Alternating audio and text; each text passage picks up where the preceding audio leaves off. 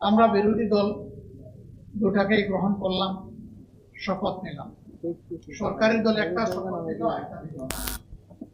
দেরিতে এসে তারা ব্যাখ্যা দিলেন যে এই নির্বাচনী বৈতরণী পার হওয়ার জন্য তারা তখন সবকিছু মেনে নিয়েছিলেন। এটা আসলে তারা মনের দিক থেকে মেনে নেননি। রাজনৈতিক দল কিংবা প্রতিষ্ঠানের পক্ষ থেকে জাতির সাথে যদি এই ধরনের তামসা এবং প্রতারণা করা হয়, তাহলে ভবিষ্যতে মানুষ রাজনীতিবিদদেরকে আর সম্মান করবে না, যে এদের কথার 2 পয়সার কোনো মূল্য নেই। এরা যখন তাদের সুবিধাজনক জায়গায় পৌঁছে যাবে, তখন জনগণের সাথে দেওয়া সমস্ত ওয়াদা ভুলে যাবে।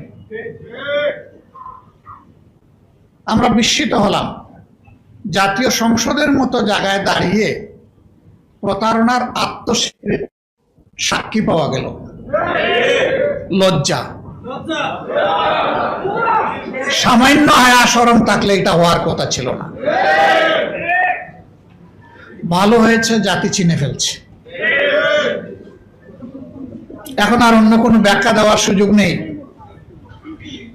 ওখানে যা বলা হয় কার্যনীতিতে তা লেখা হয়ে যায়, ইতিহাসের অংশ হয়ে যায়, যদি এটা এক্সপাঞ্জ না হয়ে থাকে। যেহেতু এই বক্তব্য এক্সপাঞ্জ হয় নাই, কাজেই এই আত্মস্বীকৃতিও রেকর্ড হয়ে থাকলো। তারা এই সংসদে দাঁড়িয়ে বলেছিলেন জুলাই চার্টার একটা অন্তহীন প্রতারণার দলিল, আর এই সংসদেই দাঁড়িয়ে তারা আবার প্রমাণ করলেন তারাই জাতির সাথে অন্তহীন প্রতারণা করেছেন। তারা বলেন এই 4টা প্রশ্ন আমি বুঝি না, সাধারণ জনগণ বুঝে কিভাবে? আমার প্রশ্ন হলো 4টা প্রশ্ন যদি জনগণ না বুঝে, তাইলে 31টা বুঝে কিভাবে?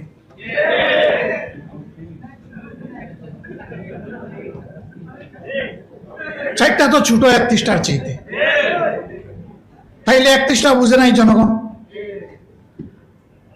সুতরাং জনগণকে আপনারা মূর্খ বলছেন, মূর্খ। আমরা এখানেও নিন্দা জানাই।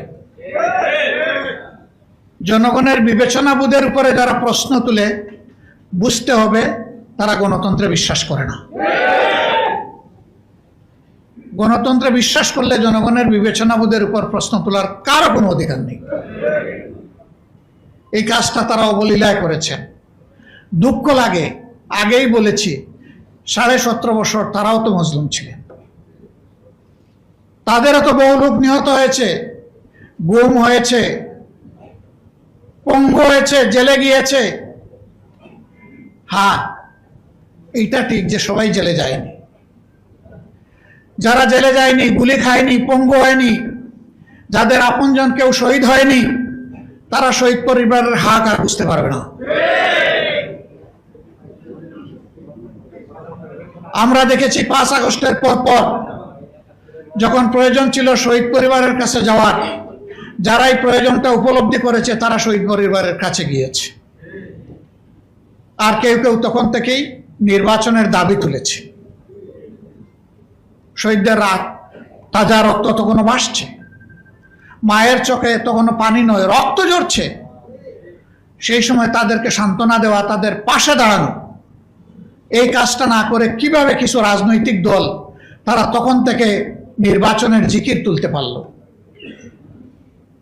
কাজেই তাদের কাছে তাদের আপন সঙ্গীদেরও রক্তের কোনো মূল্য নেই। যদি সে মূল্য থাকতো, তাহলে আগে দেশবাসীর পাশে দাঁড়াতো। নির্বাচন কার জন্যে? সরকার কার জন্যে? জনগণের জন্যে। সেই জনগণ ট্রমাটাইজড, আহত, দারুণ কষ্টে আছে। তাদের কষ্টে পাশে না দাঁড়িয়ে তখন সেই কাজ করা হয়েছে, আর আমাদেরকে ব্লেম দেওয়া হয়েছে আমরা নির্বাচন চাই না। নির্বাচন না চাইলে পরে নির্বাচনে অংশগ্রহণ করলাম কিভাবে? সম্মানিত বন্ধুগণ, আমরা নির্বাচন চেয়েছি, তবে আমরা নির্বাচনের নামে ষড়যন্ত্র চাই নাই। ষড়যন্ত্র করা হয়েছে, আমরা নিন্দা জানাই।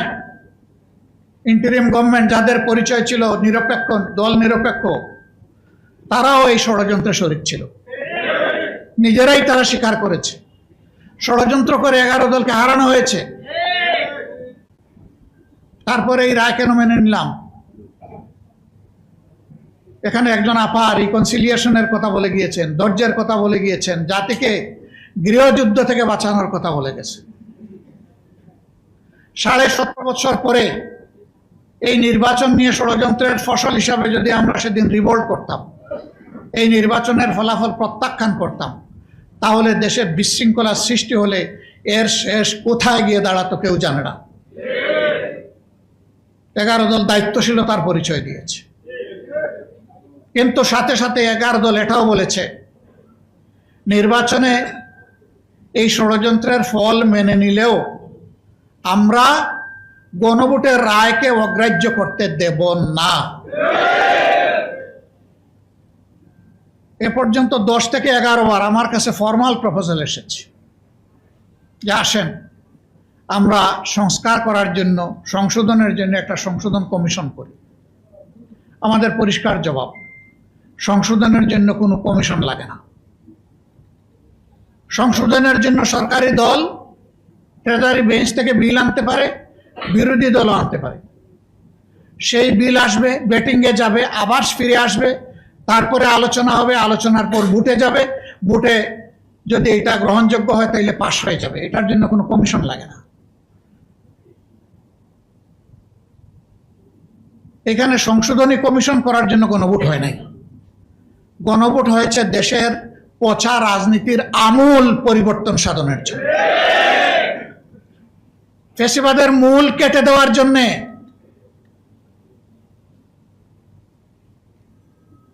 আমরা সেই সংস্কার চাই। বিএনপি ওয়াদা থেকে সরে গিয়েছে। আপনারা কি চান আমরাও জাতির সাথে বেঈমানি করি? আমরা বেঈমানি করতে পারবো না। আমরা জাতিকে কথা দিয়েছিলাম, আমরা সেই জায়গায় আছি এবং আমরা কনফিডেন্ট, আমরা গভীর আস্থাশীল। জনগণের 70% মানুষের দেওয়া এই ভোট বৃথা যাবে না। বাত ব্যথা, প্যারালাইসিস কিংবা আর্থ্রাইটিস, আধুনিক ফিজিওথেরাপি ও পুনর্বাসন চিকিৎসায় নির্ভরযোগ্য নাম ডিপিআরসি। ইনশাআল্লাহ এটা বাস্তবায়ন হবে। আমরা সংসদের ভিতরে চিৎকার দেব, রাজপথে সমান তালে আমাদের আন্দোলন চলছে, আরো বেগবান হবে দিনের পর দিন। বৃষ্টি ঝড় সব কিছু উপেক্ষা করে এ পর্যন্ত বাস্তবায়ন হয়েছে। আল্লাহ তাআলার কাছে সাহায্য চাই, আগামীতেও যেন আল্লাহ আমাদেরকে সাহায্য করেন, আমাদের সমস্ত কর্মসূচি বাস্তবায়ন। এটা ঠিক, লোহা গরম হয়ে লাল হইতে একটু সময় লাগে, কিন্তু লাল যখন হবে তখন জনগণ হাতে মুগুন নিয়ে ঠিক মতোই পিঠাবে ইনশাআল্লাহ।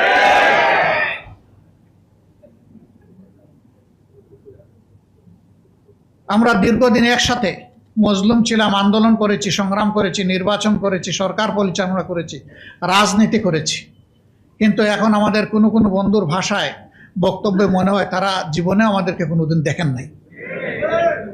ভুলে গেছেন এত তাড়াতাড়ি?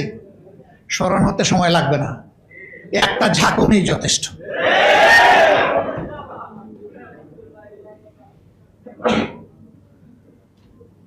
আমরা বলবো আমরা মান অভিমান ছেড়ে দিয়ে জনগণের রায়টাকে সম্মান করি।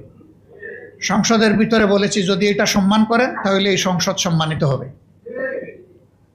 যদি সম্মান না করেন তাহলে যেখানে স্পিকারের অনুমতি লাগে না ওখানে বক্তব্য হবে।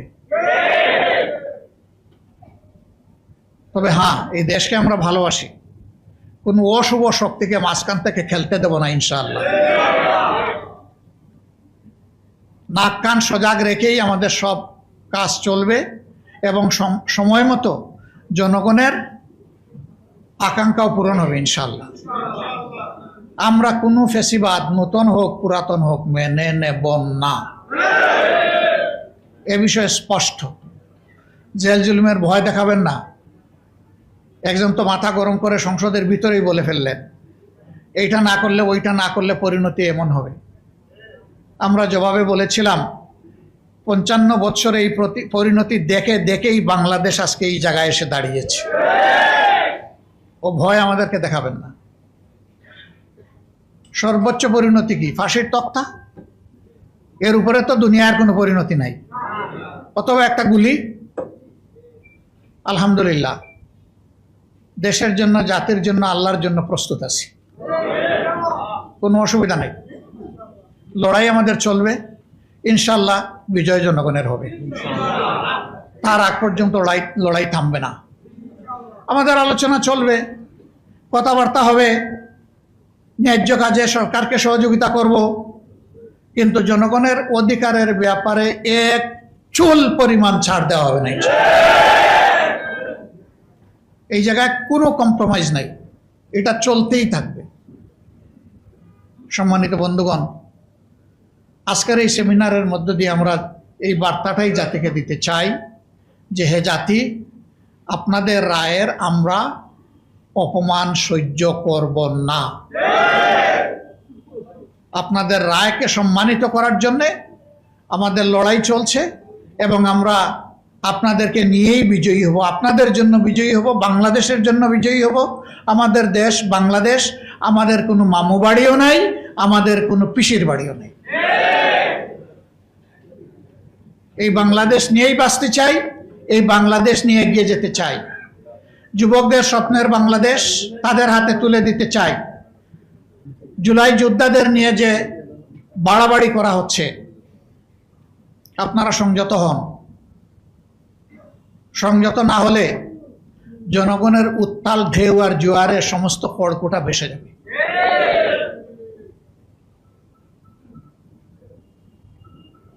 আইন আমরা হাতে তুলে নেওয়ার পক্ষে নই, কিন্তু আমরা তাও বলবো যে কেউ শালীনতার সীমা লঙ্ঘন করে জুলাইকে অপমান করার দুঃসাহস আর দেখাবেন না। যদি দেখান, মনে রাখবেন এই যুব সমাজ, এই জনতা এখনো ঘুমিয়ে যায়নি। যারা সশস্ত্র বাহিনীর সামনে খোলা হাতে দেশপ্রেম নিয়ে দাঁড়াতে পেরেছিল, আজও তারা দাঁড়িয়ে আছে। আমরা ঘুমাইনি, আমরা ঘুমাবো না।